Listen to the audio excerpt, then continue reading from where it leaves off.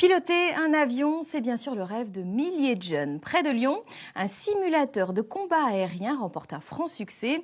L'attraction promet, vous allez le voir, une immersion totale. Reportage Frédéric Badard. Tout le monde se souvient des héros de Top Gun, film hollywoodien sur les virtuoses pilotes de chasse de la Navy. Roger, je l'ai en contact radar.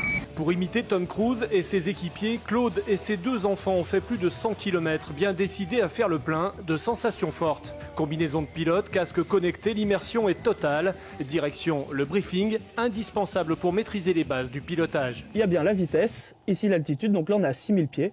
Donc on commence par mettre des gaz. C'est pas aussi intuitif qu'une voiture.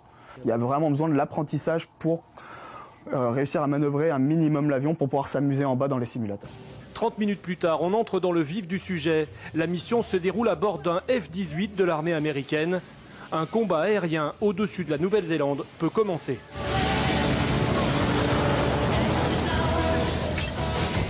À 5000 pieds au-dessus de l'océan, la bataille fait rage. Claude est touché par une rafale de mitrailleuses.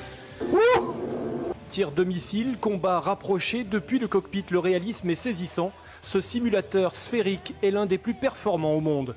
On couvre en fait un champ visuel total, c'est-à-dire que là le pilote s'il regarde à côté, en haut, en bas, il verra en permanence une image et c'est ce qui fait qu'il n'a plus aucun point de repère sauf ce qu'il voit, donc il a cette sensation s'il vole en vol inversé d'avoir la tête en bas. Après 20 minutes de bataille acharnée, les apprentis pilotes reviennent sur Terre. C'était assez impressionnant quand même, on s'est vraiment immergé dans l'espace. C'était pas mal même si j'étais pas super bon, mais on a vraiment les sensations de l'avion.